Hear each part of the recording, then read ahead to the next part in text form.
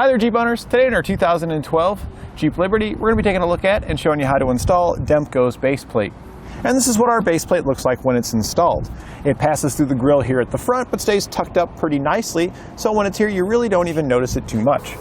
So I like that it doesn't detract from the looks of the vehicle and provides us with our attachment points so we can hook up to the back of our motorhome and flat tow it. It's designed to hook up using the included tow bar adapters. So you'll want to make sure that you get those transferred over to your tow bar end. It does come with all the various bushings and hardware that you would need for the various size and manufacturers of tow bars out there. So that all that hardware is going to vary depending on which tow bar you select. Next to our attachment point on each side, we have a tab for our safety chains to attach to. And it's nice, we have an easy way to get that supplemental connection there as well, so we've got something in the event of a catastrophic disconnect. Now, unlike some of its competitors, this one does not come with a wiring mounting option. It does come with a wiring bracket. However, the bracket doesn't really have any place to live on the vehicle, so the bracket we ended up omitting and using a long bracket as well as a bracket from Roadmaster here to get this installed. There's 5 main components necessary when flat towing your vehicle behind your motorhome. You'll need your tow bar, which is the connection between your motorhome and your vehicle. You'll need your safety cables, which is a supplemental connection in addition to your tow bar. You'll also need a base plate, which is the connection point on your vehicle for your tow bar to attach to. You'll need your diode wiring, which will take all the lighting signals from your motorhome and transfer them to the lights on your vehicles. People behind you will know your intentions when going down the road. And lastly, you'll need your braking system, which will apply the brakes in your vehicle when you stop in your motorhome to help you come to a nice, safe stop. When you're ready to attach your tow bar to your base plate, simply pull up your vehicle behind it. You're going to grab your ends here. These are the ends that we swapped over using the appropriate hardware for this particular tow bar here. And then the end here just simply goes in place. You'll see that there's a hole in the arm here as well as a hole in the base plate. We need to have those at a 90 degree from one another to insert it all the way. And then we're going to twist it back to where our holes line up and secure it with the included pins.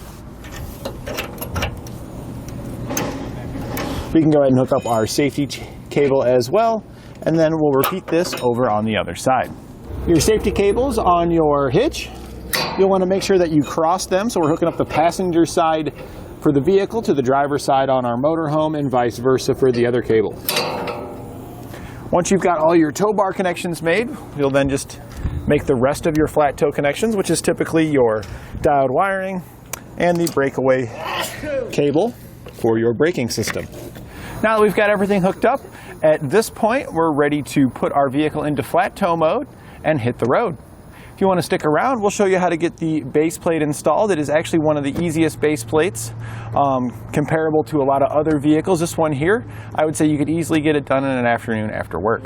The things I did first is I took the steering wheel and I turned it to the right to move the wheel out of our way here so we can access the 3 clips that's located here as well as the 2 rivets that are located here. We're going to remove these 3 clips and these 2 rivets. To remove the rivets, we're going to be using a 3/16 drill bit. We're going to put it right in the center of the rivet and then just drill it on out of there.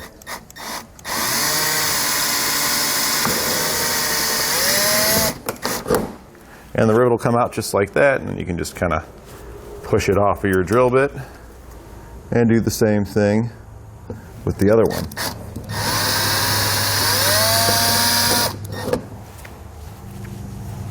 Once you've got both the rivets removed, the clips you can remove with either a flat-bladed screwdriver or a trim panel tool. I prefer the flat-bladed screwdriver because you can see there's a small notch. The screwdriver fits very well in there. You just kind of give it a twist, and that'll pop out the center of the clip. Once the center's popped out, that's the release tab. So the rest of the clip just pulls out after that. Once we get all 3 of these removed, we'll have a bolt located behind it.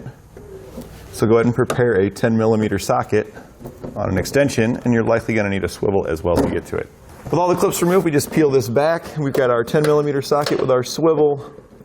It's just going to slide on that bolt there.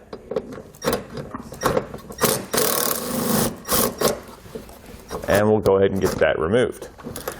So now that we've got all of our hardware taken off over on this side here on the driver's side, we're going to be doing it over on the passenger side as well. We're also going to pull this out just a little bit here real quick. That'll make things a little bit easier on a future step. To do that, we're just going to pull out on the panel a little bit here. After you get it pulled out just a little bit, if you come around to the front, you can take your flat-bladed screwdriver and you can actually see the clip right there. And in the middle of the clip, there's a little rigid tab. Push on that tab with your screwdriver, and that's going to let it release. We can then move to the next one and do that. And there is a third one we're also going to want to release right up there. So your other side should be just like this. Now on bottom on each side, and we're pretty close to just like the inside right in front of the tires on each side, you're going to have a small pin here that goes into the fascia. This is just a press pin, it just pushes in, so to remove it you can use a trim panel tool or a screwdriver to get behind it and pry it out. And since these panels are so flimsy, the tool I actually recommend is to start with your trim panel or screwdriver tool, just to give you a small gap. And then a pair of side cutters actually work really well. You don't want to squeeze too hard with your side cutters or else you will cut your pin. But if you just kind of gently grab it and twist, they pull it out of there really nicely. So we're going to do that on the other side as well. Now at this point our fascia is ready to remove, but we have a couple of electrical connectors that are located in here. I did pull out on the fascia just a little bit to help give me a little more room, and we can then disconnect our electrical connectors by first pulling back on the lock tab, then pressing on the release lever and disconnecting it. And there you can see the lock tab and the release lever behind it. There's another one up here as well. With this one, I recommend twisting the bulb because the lock tab is really hard to get to since it's so far up in there. We can then push back the release tab and then disconnect our bulb. Once we get the fascia off, we'll just thread that right back in. You can see the tab, so it just twists into the fascia. We'll get the ones on the other side removed as well, and then we can get our fascia off. So now we can start removing our fascia. We're just going to gently bring it out a little bit, just like that. Support it in the center. Once we get that side released, kind of just work your way across. The other side will likely pop out on you, just like that, and then we can set it aside where it won't get damaged. On our bumper beam now that we've got it all exposed with our fascia out of the way, you're going to have these tin cups in the front that cover everything up. We're going to remove the single bolt with a 10mm socket and slide the cup off and set it aside. There's one over on the other side as well. We'll be removing that one as well. We're now going to take the brackets that come in our kit, and I went ahead and just started a bolt into each one of the nuts on the bracket. And we're just putting them in the back side like this, and then going to run them in with a 16mm socket.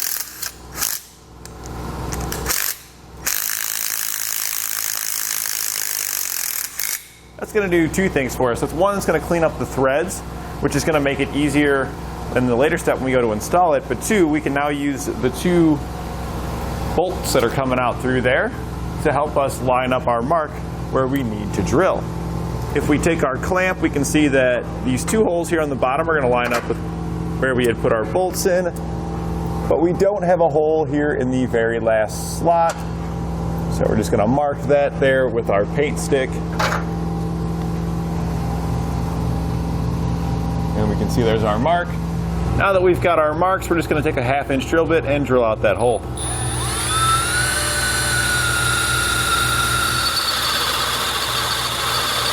On this side, you just want to be careful of your hoses when drilling. Once you drill out your hole, just check and make sure that all your hardware lines up. And if it all pushes up in there, then you're good to go. I did take each bolt here, and you can see I ran it in to clean up the threads on each one. Again, it's just going to make it easier. And you can see that this is a little bit bent, so if you do have a hard time, this is going to bend just a little bit and flex. So as long as you can just get each one started like that, you're good to go. Make sure the other side's like that, and then we'll be ready to grab our base plate. It's easier if you prepare your hardware first, so we're going to take each of our bolts, place lock washers on them, and then use the blue Loctite that comes in the kit and put some on each bolt. We can then come over to the vehicle because we also need to take our nut plates and just slide those in the opening in the front. And we're just going to line up the nuts in our nut plate with the holes that are pre-existing and the one that we had drilled out. We're going to line up the one on the other side as well. And then we'll grab ourselves an extra set of hands to help us line our hitch up, because it's really hard to do it by yourself since these just kind of sit in there. There's nothing holding them in position, and they are going to like to slide around on you when you're trying to get hardware started. So we're just going to raise our base plate into position, pull our hoses out of the way, and it's just going to slide into place. And we're going to grab our hardware then, and we're just going to go up through the bottom of our base plate and thread it right into our nut plate. Once we get one started on each side, the hitch will hold itself up, making it easier to install the rest of your hardware. With all of our bolts started, we can go back and tighten them down with a 16mm socket.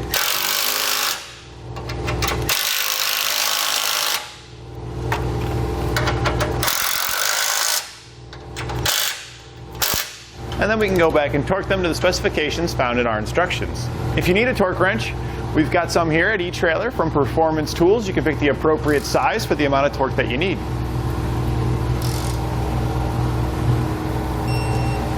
Now that we've got our base plate installed with everything tightened down and torqued, the base plate installation is complete. At this point, you'd reinstall your fascia in reverse order of how you removed it. There is a little bit of trimming you'll have to do to the fascia in order for it to pass through. At this point, though, I highly recommend that you take a break from putting that fascia back on and finish up the rest of your flat toe components. Because while we got this removed, it's going to make things a lot easier to route our wiring up here to the front. So diode wiring and braking systems right now are going to be significantly easier with routing of all the components as necessary. So once we get that complete, we're going to come back and then we're going to show you how to get that fascia back on. Now that we've got the rest of our flat toe components all installed and routed, we can go ahead and start reinstalling our fascia. We're going to go ahead and put the covers back on that we had removed previously. These will just hook back into place, fold over, and then you can reinstall the hardware.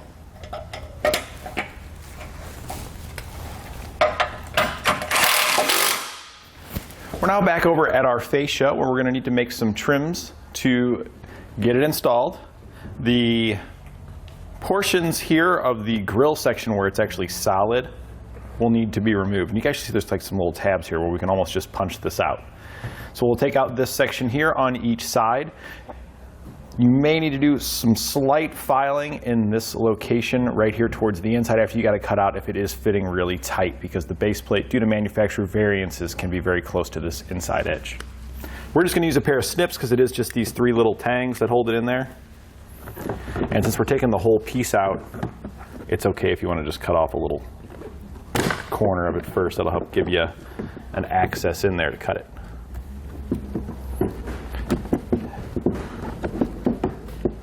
And once we get all these three tabs cut, this piece will come out. And then we can cut out the other side the same way. You can see, since it is just the tabs, they actually really come off of there. Once you get it started, they come off really easy. You just got to get that initial thing busted out. And we'll probably take a file here, clean up just these little bits. And again, you may need to take a little more out of this inside. It's just a test fit, just due to all the manufacturer variances. So you can see we've got the sections all cut out, and we went ahead and took a file and cleaned up all those edges. So that's what yours will look like as well. Now, if you have any other components that pass through the front, like for your braking system or wiring, you'll want to cut out sections for those as well. There are no brackets on your base plate for this, so you're going to have to make your own. So the location is going to be really determined on you. We're using a long bracket here at eTrailer to extend ours out, and we're going to be putting it just off to the driver's side a little bit from the center post here. But again, you can put it really wherever you'd like. There's not a special spot for it to go on this particular base plate. Then just work your fascia back into place. We're going to have to check fit, so we're going to be testing ours multiple times before we finally get it on there, because we do have a lot of wiring. So what we found is when we went to put the fascia back on, we did have to do the additional trimming, but even a lot more than what we talked about. The instructions only want you to really cut out this little section, but your base plate here sticks out quite a bit further over to the side, so we had to remove a lot more. And then when putting the fascia back on, we also noticed we can't get the fascia to go all the way back on because the base plate itself actually sticks out too far. We're hitting on this whole grill area. So we're going to have to remove the entire grill area in order for the fascia to fit on. So we're just like we did before, we're just going to be cutting these out and then just filing down the sections. And now that we've got that cut out, we don't have that stress on there anymore, and we can get our fascia back together. When putting your fascia back on, you are going to have a couple of rivets you're going to need to reinstall. You do get new ones in your kit to replace those because they can't be reused. You will need a plastic rivet gun.